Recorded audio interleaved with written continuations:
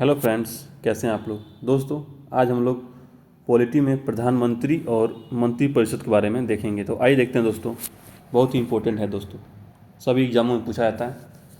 UPSI, home guard, police, state, UP TET, सब में दोस्तों पॉलिटी से क्वेश्चन आते हैं। तो आइए देखते हैं दोस्तों, भारतीय संविधान में कार्यकारी शक्तियों का वास्तविक प्रयोग प्रधानमंत्री द्वारा किया जाता है। ठीक है, तो ये अपने आप में एक क्वेश्चन बन गया कि भारतीय संविधान में कार्यकारी शक्तियों का प्रयोग किसके द्वारा किया जाता है? प्रधानमंत्री के द्वारा। ठीक है, इसके बाद देखिए दोस्तों, इस अध्याय में हम अनुच्छेद 74, 75, 78 और महत्वपूर्ण तथ्यों का अध्ययन करेंगे। तो आइए देखते हैं दोस्तों। देखिए, भारत की शासन व्यवस्था। भारत में संसदीय शासन व्यवस्था, पार्लियामेंट्री सिस्टम अपनाई गई है। ठीक है, तो भारतीय जो शासन व्यवस्था कैसी है? पार्लियामेंट्री सिस्टम है। ठीक है, संसदीय शासन व्यवस्था। यहाँ दो प्रकार के प्रमुख होते हैं, नाम मात्र और वास्तविक। ठीक है, तो नाम मात्र के प्रमुख कौन है? राष्ट्रपति हैं, प्रेसिडेंट। नाम मात्र के प्रमुख होते हैं, नॉर्मल एग्जीक्यूटिव होते हैं, नॉमिनल एग्जीक्यूटिव। उसको कहते हैं राज्य के प्रमुख, हेड स्टेट। ठीक है, रबर स्टाम्प्ड। उसका जाता है प्रधानमंत्री, प्राइम मिनिस्टर, वास्तविक प्रमुख, रियल एग्जीक्यूटिव, सरकार के प्रमुख होते हैं। ठीक है, हेड ऑफ गवर्नमेंट, अपनी मंत्रिपरिषद के साथ मिलकर सरकार चलाते हैं। ठीक है, पोडियम विथ माइक्रोफोन। और ये जो हैं वो क्या होता है? अप्रूव करते हैं, बस रबर स्टाम्प का कार्य करते हैं। ठीक है ना, मोहर बस लगाते हैं। ठीक, और ये क्या होते हैं? भाषण देना, चाहे जो भी काम करना। ठीक है, देख रहे, पोडियम विथ माइक्रोफोन और रबर स्टाम्प। तो ये राज्य के प्रमुख हेड ऑफ स्टेट होते हैं और ये हेड ऑफ गवर्नमेंट होते हैं। ठीक, तो एक एक नोट्स बना के चलिएगा दोस्तों, बहुत ही इंपॉर्टेंट है। आइए आगे देखते हैं दोस्तों, मंत्रिपरिषद बनाम मंत्रिमंडल। तो देखिए दोस्तों, मंत्रिपरिषद एक बड़ा निकाय है, जबकि मंत्रिमंडल, कैबिनेट, उसका एक छोटा मुख्य भाग है। ठीक है ना, तो मंत्रिपरिषद एक बड़ा निकाय है। ठीक है, और मंत्रिमंडल छोटा सा भाग है। ठीक है, जैसे देखिए दोस्तों, नीचे ग्राफ बनाकर समझाया गया है। सभी महत्वपूर्ण निर्णय मंत्रिमंडल द्वारा ही लिए जाते हैं। ठीक है, तो सभी महत्वपूर्ण निर्णय किसके द्वारा लिए जाते हैं? मंत्रिमंडल द्वारा लिए जाते हैं। देखिए दोस्तों, ये पूरा ये क्या हो गया? ये मंत्रिपरिषद हो गया, काउंसिल ऑफ मिनिस्टर। और मंत्रिपरिषद के अंदर ही आता है मंत्रिमंडल, कैबिनेट। देख रहे हैं? तो देखिए दोस्तों, मंत्रिपरिषद में क्या क्या है? तो मंत्रिपरिषद में कैबिनेट आ जाएगा, राज्य और उप मंत्री। ठीक, और मंत्रिमंडल में केवल मुख्यमंत्री जो होते हैं वो आते हैं, जैसे पीएम, रक्षा, फिर रक्षा सहित, ठीक, गृह वित्त प्रमुख। ठीक है ना, तो देखिए पीएम, रक्षा, गृह, वित्त प्रमुख। ठीक है ना, तो जो इसमें होते हैं इसमें थोड़ा कम होते हैं। ठीक है ना, और मेन होते हैं, और इसमें सभी होते हैं, कैबिनेट, राज्य और उप मंत्री। ठीक, आइए आगे देखते हैं दोस्तों, आराम आराम से पढ़िए, ध्यान से। मंत्रियों के प्रकार, आइए देखते हैं दोस्तों, मंत्रियों के प्रकार। संविधान और व्यवहार में मंत्रियों को 3 श्रेणियों में बांटा गया है। ठीक है, इनकी रैंक और शक्ति अलग अलग होती है। तो पहला देखिए दोस्तों, कैबिनेट मंत्री, ये थोड़ा पावरफुल होते हैं। देखिए दोस्तों, कैबिनेट मंत्री, कैबिनेट मिनिस्टर, प्रमुख मंत्रालयों के अध्यक्ष, जैसे गृह, रक्षा और वित्त, निर्णय लेने में स्वतंत्र होते हैं ये। ठीक, आगे देखते हैं, दूसरे होते हैं राज्य मंत्री, मिनिस्टर ऑफ स्टेट, कैबिनेट मंत्रियों के सहायक होते हैं ये। ठीक, और तीसरे होते हैं उप मंत्री, डिप्टी मिनिस्टर, प्रशासनिक और संसदीय कार्यों में सहायता करते हैं। ठीक, तो ये इंपॉर्टेंट है, पूछ देगा एग्जाम में उप मंत्री का कार्य क्या है, तो आप बताएंगे प्रशासनिक और संसदीय कार्यों में सहायता करते हैं। ठीक, ऐसे। आइए आगे देखते हैं, राज्य मंत्री, भूमिका और अधिकार। राज्य मंत्रियों को 2 श्रेणियों में बांटा जाता है, सहायक और स्वतंत्र प्रभार। ठीक, तो स्वतंत्र प्रभार वाले मंत्री सीधे संसद के प्रति जवाबदेह होते हैं। ठीक, जैसे देखिए दोस्तों, 2 श्रेणी में बांटा गया है, पहला राज्य मंत्री, ठीक है, और राज्य मंत्री स्वतंत्र प्रभार। जो सहायक हैं, पहले राज्य मंत्री सहायक और राज्य मंत्री स्वतंत्र प्रभार। तो राज्य मंत्री सहायक को देख लेते हैं। कैबिनेट मंत्री की सहायता के लिए नियुक्त किए जाते हैं। ठीक है, कैबिनेट मंत्री की सहायता के लिए नियुक्त होते हैं और कैबिनेट मंत्री के अधीन कार्य करते हैं। और स्वतंत्र प्रभार वाले छोटे मंत्रालयों का कार्यभार, इनके ऊपर कोई कैबिनेट मंत्री नहीं होता है, निर्णय लेने के लिए स्वतंत्र होते हैं। ठीक है, तो ये इंपॉर्टेंट हो गया। आगे आगे अनुच्छेद 74, आर्टिकल 74। यह अनुच्छेद राष्ट्रपति और मंत्रिपरिषद के बीच संबंध को स्थापित करता है। ठीक, राष्ट्रपति की शक्तियों का प्रयोग और मंत्रिपरिषद द्वारा किया जाता है। ठीक ना। आगे देखते हैं, सलाह और सहायता, एड एंड एडवाइस। राष्ट्रपति की सहायता और सलाह देने के लिए एक मंत्रिपरिषद होगी जिसका प्रधान प्रधानमंत्री होगा। ठीक है। बाध्यकारी सलाह, राष्ट्रपति इसी मंत्रिपरिषद की सलाह के अनुसार कार्य करेंगे। ठीक है ना। किनके? राष्ट्रपति इसी मंत्रिपरिषद की सलाह के अनुसार कार्य करेंगे। तो अनुच्छेद 74 में क्या है?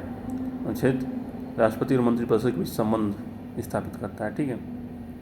आइए आगे देखते हैं। देखिए दोस्तों, अनुच्छेद 75(1) नियुक्तियों के बारे में, अपॉइंटमेंट के बारे में, प्रधानमंत्री और अन्य मंत्रियों की नियुक्ति की प्रक्रिया के बारे में 75 में दिया गया है। तो लोकसभा में बहुमत दल का नेता ही सरकार बनाता है। जो लोकसभा में बहुमत दल का नेता होता है वही सरकार बनाता है।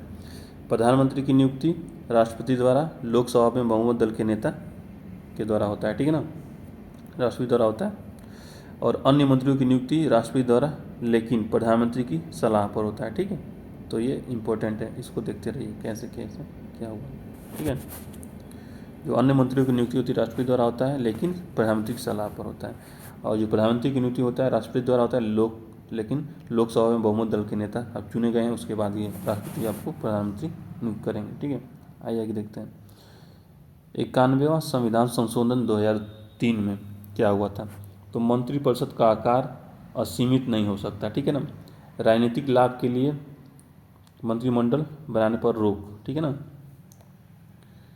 देखिए, राजनीतिक लाभ के लिए मंत्रिमंडल बनाने पर रोक है। अधिकतम संख्या, मैक्सिमम लिमिट रखी गई है। मंत्रियों की कुल संख्या पीएम सहित, ठीक है ना, 15% से अधिक नहीं होगी। ठीक है ना। लोकसभा की कुल सदस्य संख्या के 15% से अधिक नहीं होगी। समझ में आया? जो मंत्रियों की कुल संख्या है पीएम सहित लेकर लोकसभा के कुल सदस्यों के 15% से अधिक नहीं होगी, ये लिमिट है। उदाहरण, यदि लोकसभा में 543 सदस्य हैं तो मंत्री 81-82 से ज़्यादा नहीं होंगे। ठीक है, यही। आइए आगे देखते हैं।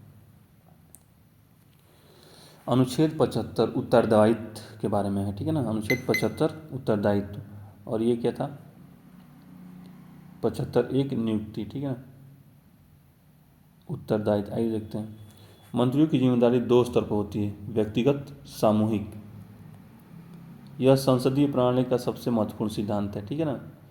जो मंत्रियों की जिम्मेदारी 2 स्तर पर होती है। पहला मिनिस्टर, देखिए दोस्तों, व्यक्तिगत 75(2) में दिया है, और सामूहिक 75(3) में दिया है। तो राष्ट्रपति के प्रति प्रसाद पर्यंत पद ग्रहण करेंगे। ठीक है ना। और लोकसभा के प्रति पूरी सरकार जवाबदेह है। ठीक है।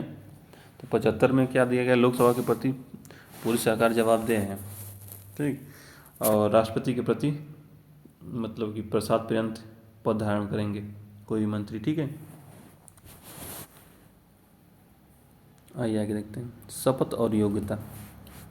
तो देखिए दोस्तों, शपथ और योग्यता, पद ग्रहण करने से पहले शपथ लेना अनिवार्य है। ठीक है ना। पद ग्रहण करने से पहले शपथ लेना अनिवार्य है। बिना संसद बने भी मंत्री बना जा सकता है, पर एक शर्त है, शपथ। ठीक है ना। राष्ट्रपति के समक्ष पद और गोपनीयता की शपथ लेते हैं 75 में। 75 4 शपथ है। ठीक है। मंत्रिमंडल के लिए प्रधानमंत्री की शपथ है। 6 महीने का नियम, अनुच्छेद 75(5). ठीक है ना। यदि मंत्री संसद का सदस्य नहीं है तो उसे 6 महीने के अंदर सदस्यता लेनी होगी, अन्यथा पद छोड़ना होगा। ठीक है। तो मंत्रियों की शपथ के बारे में देखिए दोस्तों, 75(4) में जिक्र है, और 75(5) में 6 महीने का नियम बताएंगे कि 6 महीने के भीतर। ठीक है। आइए आगे देखते हैं।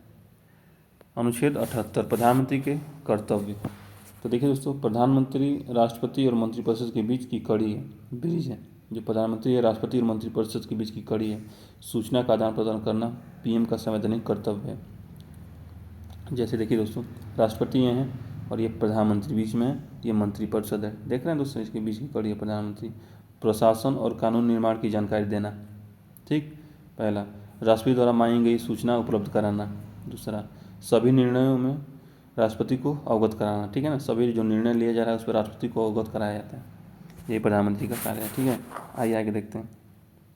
तो प्रधानमंत्री की ये कर्तव्य हो गया, अनुच्छेद 78 में दिया है। आइए देखते हैं आगे। प्रधानमंत्री का त्यागपत्र या मृत्यु। तो देखिए दोस्तों, प्रधानमंत्री मंत्रिपरिषद की नींव होते हैं, उनके हटने पर पूरी सरकार गिर जाती है। ठीक है, तो डोमिनो प्रभाव, डोमिनो इफेक्ट। तो देखिए दोस्तों, प्रधानमंत्री का त्यागपत्र पूरी मंत्रिपरिषद का त्याग पत्र है, समझ लीजिए। ठीक है, प्रधानमंत्री की मृत्यु मंत्रिपरिषद स्वयं विघटित डिजॉल्व हो जाएगी। ठीक है ना, अगर मृत्यु हो जाती है तो मंत्रिपरिषद स्वयं क्या हो जाती है, विघटित हो जाएगी। नई सरकार बनने तक पद रिक्त माना जाता है। ठीक है, नई सरकार बनने तक पद रिक्त माना जाता है। ये हो गया, आगे देखते हैं। महत्वपूर्ण तथ्य और कार्यकाल। प्रधानमंत्री बनने के लिए न्यूनतम आयु कार्यकाल के रिकॉर्ड, संसदीय इतिहास के कुछ रोचक आंकड़े आप देख लीजिए। तो महत्वपूर्ण तथ्य देखिए दोस्तों, तो न्यूनतम आयु 25 वर्ष लगभग सदस्य की अर्हता, लोकसभा के सदस्य की अर्हता के अनुसार होता है। ठीक है, सबसे लंबा कार्यकाल पंडित जवाहरलाल नेहरू 16 वर्ष 9 महीने और 12 दिन। ठीक है, सबसे छोटा कार्यकाल एक बार में अटल बिहारी वाजपेयी मात्र 13 दिन। ठीक है, आइए आगे देखते हैं दोस्तों। प्रधानमंत्री की विशेष रिकॉर्ड। भारतीय राजनीति के इतिहास में बने कुछ अनोखे रिकॉर्ड। सबसे बुजुर्ग, सबसे युवा संसद न जाने वाले पीएम तो मोरारजी देसाई, सबसे अधिक उम्र बुजुर्ग प्रथम गैर कांग्रेसी पीएम। ठीक है, राजीव गांधी सबसे कम उम्र युवा प्रधानमंत्री। चौधरी चरण सिंह कभी लोकसभा में उपस्थित नहीं हुए। विश्वनाथ प्रताप सिंह अविश्वास प्रस्ताव से हटाए जाने वाले पीएम। ठीक है, ये इम्पोर्टेंट है। आइए आगे देखते हैं अन्य महत्वपूर्ण तथ्य। ये देखिए दोस्तों, पद पर रहते हुए मृत्यु और पीएम द्वारा संभाले जाने वाले अन्य पद भारत के पहले सिख प्रधानमंत्री। ठीक है ना, तो पद पर रहते हुए मृत्यु और पीएम द्वारा संभाले जाने वाले अन्य पद, तो भारत के पहले सिख प्रधानमंत्री थे। ठीक है, पद पर रहते हुए मृत्यु किसकी हुई, जवाहरलाल नेहरू की। ठीक है ना, और लाल बहादुर शास्त्री की और इंदिरा गांधी की। ठीक है ना, देखिए दोस्तों, जवाहरलाल नेहरू की पद पर रहते हुए मृत्यु हुई, लाल बहादुर शास्त्री की भी और इंदिरा गांधी की। अन्य आयोगों के अध्यक्ष, तो नीति आयोग, राष्ट्रीय विकास परिषद एनडीसी, राष्ट्रीय एकता परिषद के अध्यक्ष। ठीक है ना, देखिए डॉक्टर मनमोहन सिंह भारत के पहले सिख प्रधानमंत्री थे। ठीक है, तो डॉक्टर मनमोहन सिंह भारत के पहले सिख प्रधानमंत्री। तो दोस्तों, वीडियो कैसी लगी कमेंट करके जो बताइए।